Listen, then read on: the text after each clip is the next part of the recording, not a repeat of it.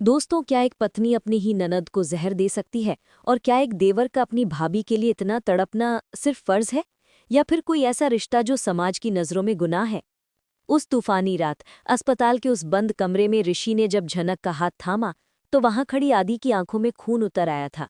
लेकिन असली भूचाल तो तब आया जब दरवाजे पर खड़े अनिरुद्ध ने वो सब देख लिया जो उसे कभी नहीं देखना चाहिए था। आज की कहानी सिर्फ एक अपडेट नहीं है, बल्कि अनिरुद्ध, झनक और ऋषि के इस उलझे हुए रिश्ते का वो सच है जो आपके होश उड़ा देगा। नमस्ते, सत श्री अकाल और बहुत बहुत स्वागत है आप सभी का आपके अपने फेवरेट चैनल संजना टीवी पर। मैं हूं आपकी होस्ट और दोस्त संजना, और आज मैं लेकर आई हूं झनक की जिंदगी का अब तक का सबसे बड़ा खुलासा।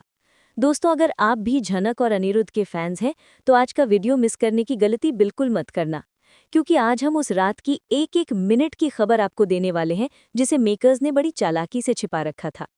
तो चलिए बिना किसी देरी के शुरू करते हैं इस इमोशनल और ड्रामे से भरे सफर को।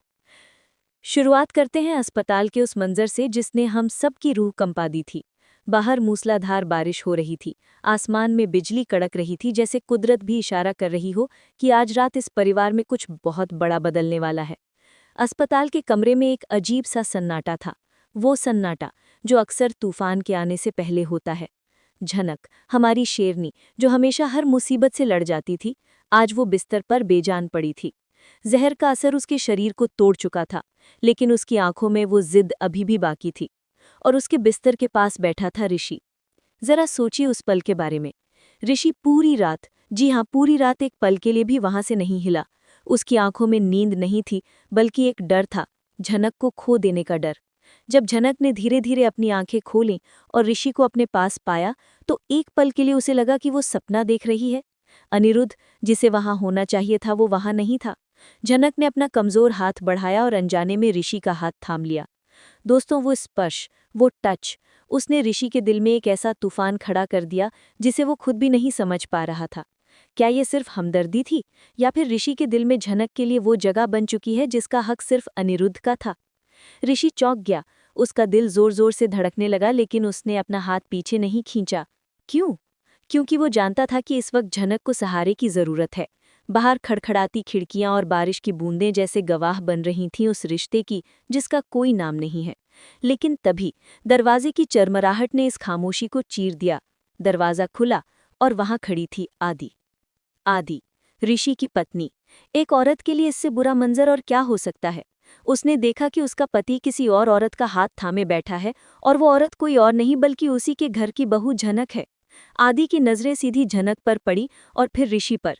वो कुछ कहना चाहती थी, शायद चीखना चाहती थी, चिल्लाना चाहती थी, लेकिन उसके गले से आवाज ही नहीं निकली। उसके अंदर ईर्ष्या का बीज, जो पहले छोटा सा था, अब एक विशाल पेड़ बन चुका था। झनक ने उसे देखकर मुस्कुराने की कोशिश की। बेचारी, वो तो अभी भी नहीं जानती कि आदि के दिमाग में क्या चल रहा है। लेकिन आदि ने उसे जिस नफरत से देखा, वो किसी भी शब्द से ज्यादा चुभने वाला था। वो वहां से चली गई, लेकिन उसके कदमों की वो ठक ठक आवाज कमरे में एक चेतावनी की तरह गूंजती रही। ऋषि ने झनक की ओर देखा और धीरे से कहा, सब ठीक हो जाएगा। लेकिन दोस्तों, क्या वाकई सब ठीक होगा? झनक जानती है कि ये सिर्फ तसल्ली देने वाले शब्द हैं। उसका दिमाग फ्लैशबैक में चला गया। उसे याद आई कश्मीर की वो हसीन वादियां, जहां वो एक आज़ाद पक्षी की तरह नाचती थी। उसे याद आया छोटू, उसका प्यारा भाई जो हमेशा उसकी ढाल बनकर खड़ा रहता था। उसे याद आई दालजीत, वो सख्त औरत जिसने झनक को कभी बहू माना ही नहीं था। आज जब वो मौत के मुंह से वापस आई है, तो उसे लग रहा है कि क्या ये जिंदगी जीने लायक भी है। लेकिन कहानी में असली ट्विस्ट तो तब आया जब कमरे में एक और शख्स की एंट्री हुई। वो शख्स जिसका हम सब बेसब्री से इंतजार कर रहे थे, अनिरुद्ध। अस्पताल के कॉरिडोर में अनिरुद्ध के कदमों की आहट बता रही थी कि उसके अंदर कितना गुस्सा और कितनी घबराहट भरी है। मीमी का फोन आया था उसे, जिसने बताया कि झनक को जहर दिया गया है और शक की सुई आदि पर है। अनिरुद्ध का दिमाग सुन पड़ गया था। वो आदि जिसे उसने अपनी बहन की तरह माना, क्या वो जानलेवा हमला कर सकती है? अनिरुद्ध ने जैसे ही कमरे का दरवाजा खोला, उसके पैर वहीं जम गए। उसने देखा कि ऋषि झनक के बेहद करीब बैठा है, उसके बालों को सहला रहा है, उसे पानी पिला रहा है। एक पति के तौर पर अनिरुद्ध के सीने में जलन होना लाजमी था। कमरे में तनाव इतना बढ़ गया था कि अगर माचिस की तीली जलाओ तो धमाका हो जाए। अनिरुद्ध कुछ नहीं बोला, उसने एक शब्द भी नहीं कहा। वो बस चुपचाप आगे बढ़ा और उसने झनक का दूसरा हाथ थाम लिया।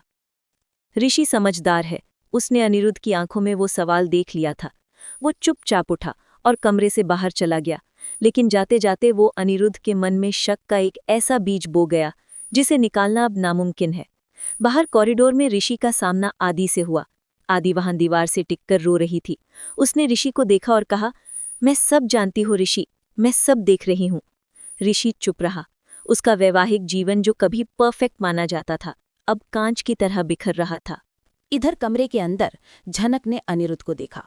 उसकी आंखों में आंसू आ गए। अनिरुद्ध ने उसे गले लगा लिया और कसम खाई कि जिसने भी ये हरकत की है उसे वो छोड़ेगा नहीं। लेकिन दोस्तों, यहाँ मेरा सवाल आपसे है, क्या झनक को अनिरुद्ध के वादों पर अब भी भरोसा है? क्योंकि अनिरुद्ध हमेशा परिवार की इज्जत बचाने के चक्कर में झनक की खुशियों की बलि चढ़ा देता है।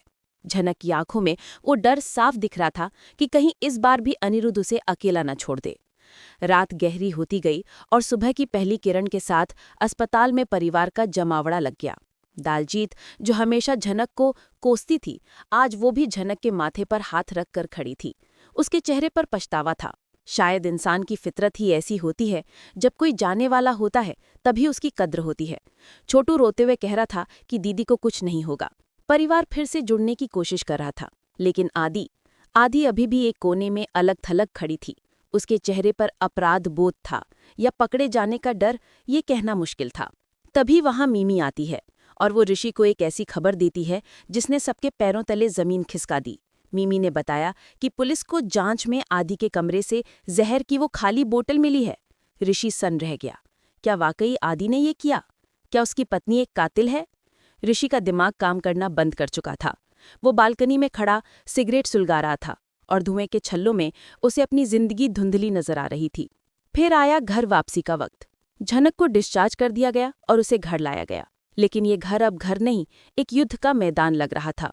हर कोने में यादें थीं, लेकिन अब उन यादों में कड़वाहट घुल चुकी थी। झनक को उसके कमरे में लिटाया गया। वो खिड़की से बाहर देख रही थी, लेकिन उसका मन कहीं और था। अनिरुद्ध उसके पास बैठा पुरानी बातें करने लगा, उसे हंसाने की कोशिश करने लगा, लेकिन उन बातों में वो पहले वाली गड़माहट नहीं थी। दोनों के बीच एक अदृश्य दीवार खड़ी हो चुकी थी। शाम हुई और डिनर का वक्त आया। पूरा परिवार डाइनिंग टेबल पर इकट्ठा हुआ, लेकिन किसी ने खाने को हाथ तक नहीं लगाया। माहौल इतना भारी था कि सांस लेना भी मुश्किल हो रहा था। झनक, जो बहुत कमजोर थी, वो भी हिम्मत करके बाहर आई और टेबल पर बैठी। उसने सबकी तरफ देखा और एक बड़ी बात कही। उसने कहा, जो भी हुआ उसे भूल जाते हैं, हमें नई शुरुआत करनी चाहिए। लेकिन अनिरुद्ध आज किसी और ही मूड में था। उसने जोर से मेज पर मुक्का मारा और कहा, नहीं, हम इसे नहीं भूल सकते। मैं पुलिस बुलाऊंगा। सच सामने आना ही चाहिए। अनिरुद्ध का ये रूप देखकर आदि कांपने लगी। वो फूट फूट कर रोने लगी और आखिरकार उसने वो कबूल कर लिया जिसका सबको शक था। उसने कहा, हाँ, मैंने जहर दिया था। लेकिन फिर उसने जो कहा वो और भी चौंकाने वाला था। उसने कहा, मैंने जानबूझकर नहीं किया, वो गलती से हुआ था। गलती? क्या जहर देना कोई गलती हो सकती है? ये सरासर झूठ था और वहां मौजूद हर शख्स ये जानता था। ये सिर्फ खुद को और परिवार को बचाने का एक नाटक था। ऋषि ने उसे चुप कराने की कोशिश की, लेकिन अनिरुद्ध की आंखों में अंगारे दहक रहे थे। परिवार अब पूरी तरह से दो हिस्सों में बंट चुका था। एक तरफ अनिरुद्ध, जो इंसाफ चाहता था, और दूसरी तरफ ऋषि, जो अपने परिवार को टूटने से बचाना चाहता था। और फिर आया रात का वो समय जिसने इस पूरी कहानी को पलट कर रख दिया। डिनर के बाद सब अपने अपने कमरों में चले गए। झनक अकेली लेटी हुई थी, नींद उसे आ नहीं रही थी। तभी उसके कमरे का दरवाज़ा धीरे से खुला। ऋषि अंदर आया। उसने कुछ नहीं कहा, बस झनक के बिस्तर के पास जमीन पर बैठ गया। दोनों के बीच कोई बातचीत नहीं हुई, सिर्फ खामोशी थी। झनक ने अपना हाथ नीचे लटकाया और ऋषि ने उसे अपनी हथेलियों में ले लिया। वो पल इतना निजी, इतना पवित्र और इतना गहरा था कि दुनिया की सारी नैतिकताओं से परे था। उस वक्त उन्हें परवाह नहीं थी कि ये सही है या गलत। उन्हें बस एक दूसरे के साथ की जरूरत थी। लेकिन वो नहीं जानते थे कि दरवाजे की आड़ में खड़ा कोई उन्हें देख रहा है। अनिरुद्ध वहां खड़ा था और उसने अपनी पत्नी का हाथ अपने छोटे भाई के हाथों में देखा। उसका दिल जैसे कांच की तरह चूर चूर हो गया। उसे समझ नहीं आ रहा था कि वो गुस्सा करे या रोए। क्या उसने झनक को हमेशा के लिए खो दिया है? क्या ऋषि ने उसके प्यार में सेंध लगा दी है? अनिरुद्ध वहां से चुपचाप हट गया, लेकिन उसके अंदर जो कुछ टूटा था वो अब शायद कभी नहीं जुड़ पाएगा। दोस्तों, ये कहानी अब उस मोड़ पर आ खड़ी हुई है जहां से वापसी का कोई रास्ता नहीं है। ये त्रिकोण अनिरुद्ध, झनक और ऋषि अब किस दिशा में जाएगा, ये कोई नहीं जानता। क्या अनिरुद्ध ऋषि से नफरत करने लगेगा? क्या झनक अपने दिल की बात कभी जुबान पर ला पाएगी? और क्या आधी अपनी इस हरकत के लिए कभी माफ की जाएगी? मैं आपकी होस्ट संजना तो बस इतना ही कहूंगी कि आने वाले एपिसोड्स में जो तबाही मचने वाली है, उसके लिए आप सब अपने दिल को मजबूत कर लीजिए। मुझे कमेंट्स में ज़रूर बताइएगा कि आपको क्या लगता है। क्या ऋषि और झनक का ये रिश्ता जायज़ है? क्या अनिरुद्ध को अब झनक को आज़ाद कर देना चाहिए? अपनी राय नीचे कमेंट बॉक्स में ज़रूर लिखें। मैं आप सबके कमेंट्स पढ़ती हूँ। अगर आपको आज का ये वीडियो और मेरी ये चटपटी गपशप पसंद आई हो तो प्लीज़ वीडियो को लाइक ज़रूर करें, क्योंकि आपके एक लाइक से मुझे बहुत मोटिवेशन मिलता है।